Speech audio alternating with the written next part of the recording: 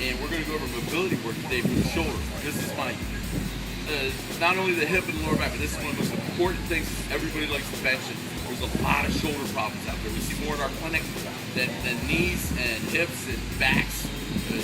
Shoulders are a nuisance. And what we're going to do with Bob's my 59-year-old powerlifter, bench presser. What are some of your records with the bench, Bob? Raw? Raw is 440. Well, Bob threw competitively shot put for 11 years. You can see the development. Look at that anterior delt right here. Way big, way too big. Look at that upper body development. So what we have naturally turned sideways, we have a humerus that sits forward in that shoulder. I mean, it doesn't take a rocket scientist or a doctor to figure that one out. So we have a lot of issues going on in the shoulder. We're going to work this shoulder really good, and we're going to show you how to get it more cooperative so you can bench more efficiently. All it means is doing bigger numbers by being able to position yourself. It's all about performance. I'm going to start up here. We have a lot of muscle to go through. Smaller people, very easy to do. These bigger guys, they take a lot of band space. Kind of like the knee wraps on the squats. And I'm going to pull down hard right in this area, not so much under the armpit. The thing about lifting is you're always going to have aches and pains and injuries. But a lot of them, if you can prevent them, you can get a little bit more, squeeze a little more effort out of your training. What we want to do is make things almost ideal for you to train hard. And then you can blow it out, do whatever you want. Injuries minimum,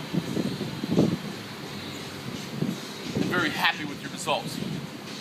If you are strong enough to bench 500, you could probably bench 550 without getting any stronger. Just saying. And why not, right? It's like different cars with different horsepower. Now I got it all straight. Now I'm going to start working them. This guy's, Bob's last name is Gunn. I like saying his first name and his last name all at once. Bob Gunn.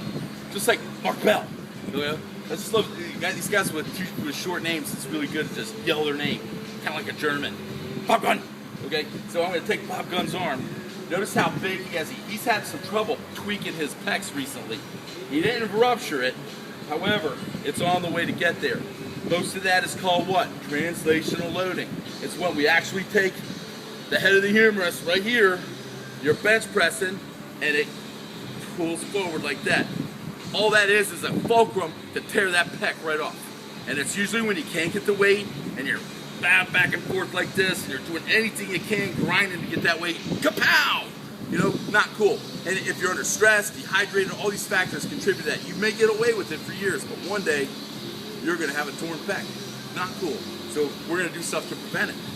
Right now, I'm going to take this and I'm going to reperfuse this tissue. My friend Kelly Starrett, the WOD God from mobilitywod.com, taught me this thing, and it's been working great. And I've done it to Bob one time before. I'm going to take all that muscle, I'm going to press against it and use his lower arm as a lever and work against it. I'm going to really work that muscle. The muscle tends to gum up like one big solid piece of mass. And all I want to do is kind of knead it like you would dough and get every muscle to work independently. So when a muscle that can work independent and is fluid and can move, you can fire better. You got me? So we just have a more efficient machine. We're getting a little bit more horsepower out of what's already there. That's all we're doing. See, the more I do this, the more he relaxes, the more I can get.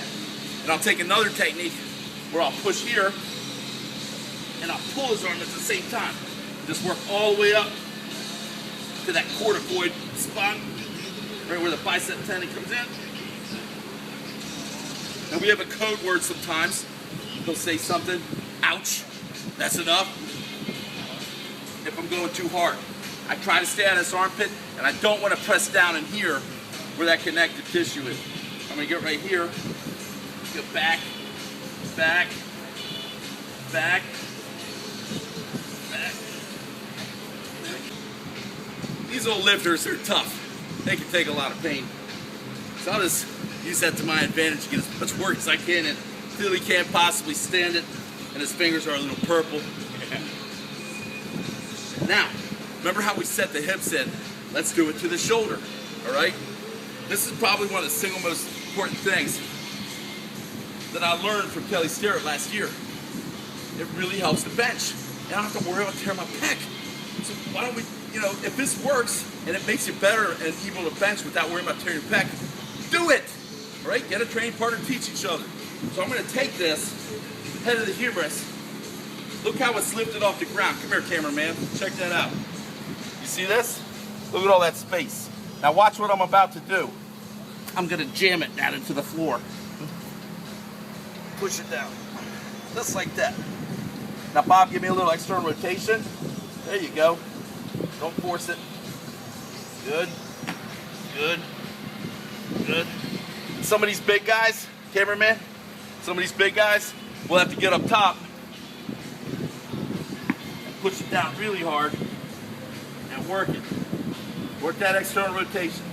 All you're doing is whittling the humerus to the back of the socket. Nothing big. Your athlete here will feel relief in that shoulder joint as we do it. Even though it's a little painful, we'll come in a little bit on internal rotation, push back out. I'll come at another angle, shove it in. Word of caution, when you're doing this, don't let the humerus shrug up to the ear. You're not leaving anything when you do that. It's just in midair, all right? Now let's add something to the mix. I'm gonna take this, put it up to there. Look at that. Now I'm distracting it, just like we did the hip. I'm gonna push down. Now it's pulling, and I've added pressure with my knee, and out. Great stuff. Great stuff here. External rotation, in.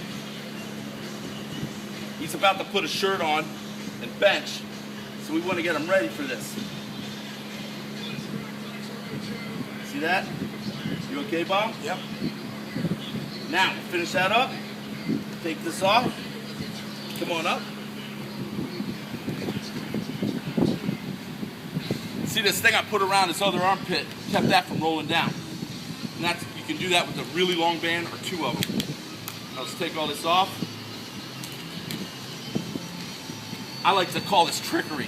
We've tricked the shoulder to pump a lot of blood through here with the compression bands. A dear old man named Dick Hartzell came up with this compression stuff years ago with these bands. And he's now a lot of other people are just taking it to another level where Dick left off. Watch this. Ah, we got a tattoo there. Look, tons of blood running in here. I can't get, see the redness in there? That's not like ink so much, but it's blood turning red. Now we've got a shoulder that's ready to work, produce, move it around, Bob. Feel any better? Yeah, tremendously. He's got to see that when he's on film. Tremendously. Can't let me down. Can't let me down. And you can see, just relax. When Bob relaxes, his shoulder will actually collapse up compared to his other shoulder. Right? It's like one big muscle. This is Bob Gunn, Super D. We will see you